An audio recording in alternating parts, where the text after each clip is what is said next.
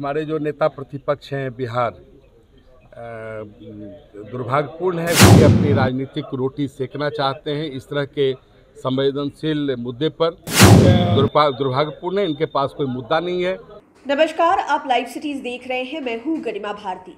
Agnipath scheme को लेकर पूरे देश में बवाल मचा हुआ है। बिहार में आपने देखा कि किस तरह से आंदोलन हो रहा था। हालांकि अभी चीजें शांत है, लेकिन कल ही नेता प्रतिपक्ष तेजस्वी यादव की अगुवाई में विपक्ष की तरफ से राजभवन मार्च किया गया। इसके बाद जब बिहार के डिप्टी सीएम तारकिशोर प्रसाद से इस बारे में बातचीत की गई, उनसे सवाल किए गए, तो उन्होंने तेजस्वी यादव को घेरने की कोशिश की और कई सारी बातें उन्हें सुना भी दी है। क्या कुछ कहा है तारकिशोर प्रसाद ने, आप सुनिए। भारत के यशस्वी प्रधानमंत्री जी ने और माननीय रक्षा मंत्री जी ने देश के नौजवानों के हित में और राष्ट्र के हित में एक अच्छी महत्वाकांक्षी योजना लाई है और इस योजना के प्रति लोगों का आकर्षण भी काफ़ी बढ़ा है, नौजवानों में आकर्षण भी बढ़ा है।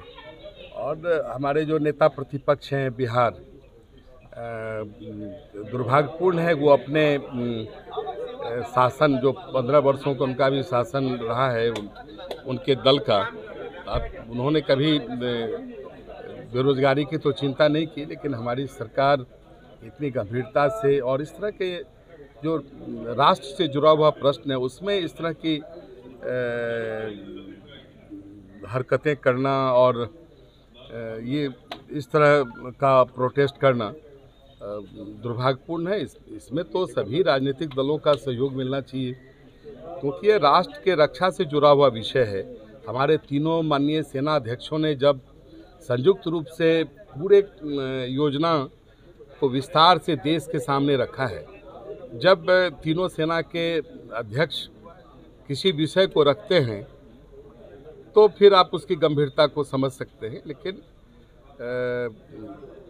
इस तरह से बयान देना और इस तरह के कार्यक्रम को आयोजित करके देश हित की बात नहीं करना, ये दुर्भाग्यपूर्ण है। इनके पास कोई मुद्दा नहीं है। इसी तरह के मुद्दों को लेकर ये अपना कार्यक्रम चलाते हैं, लेकिन बिहार और देश की जनता सजग है, उनके चक्कर में नहीं आने वाली है। ये अपनी राजनीतिक रोटी सेकना चाहते हैं इस तरह के संवेदनशील मुद्दे पर, तो फिर इनको बचना चाहिए, अन्यथा फिर लोकतांत्रिक तरीके से राज्य के मतदाता और जनता उनका जवाब देगी। नहीं, हम लोग तो पहले से भी एकजुट थे, कोई अब लग रहा है ऐसी बात नहीं है। एनडीए की वो संयुक्त उम्मीदवार हैं और प्रबल बहुमत से, अगर चुनाव होता है तो प्रबल बहुमत से वो जीतेंगे। वैसे पूरे इस मामले में सभी राजनीतिक दलों के नेताओं से हम सबों का आग्रह है कि राष्ट्रपति पद सर्वमान्य पद होता है, देश का सर्वोच्च पद है, इसलिए सभी राजनीतिक दल सहयोग करें और सर्वसम्मति से जो हमारी माननीय श्रीमती द्रौपदी मुर्मू जी उम्मीदवार बनी हैं और उसे उन्हें समर्थन दें, निर्विरोध उन्हें राष्ट्रपति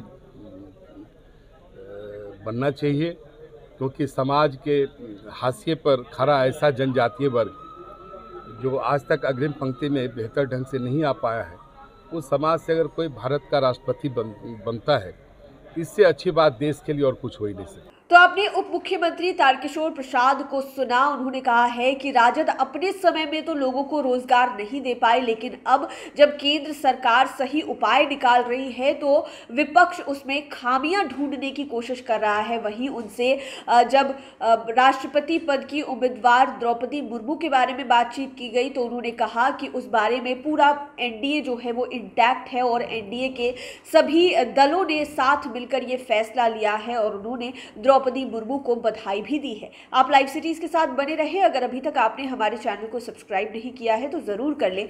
ये वीडियो फेसबुक पर देख रहे हैं तो पेज को लाइक करें। आप हमें ट्विटर पर भी फॉलो कर सकते हैं। धन्यवाद।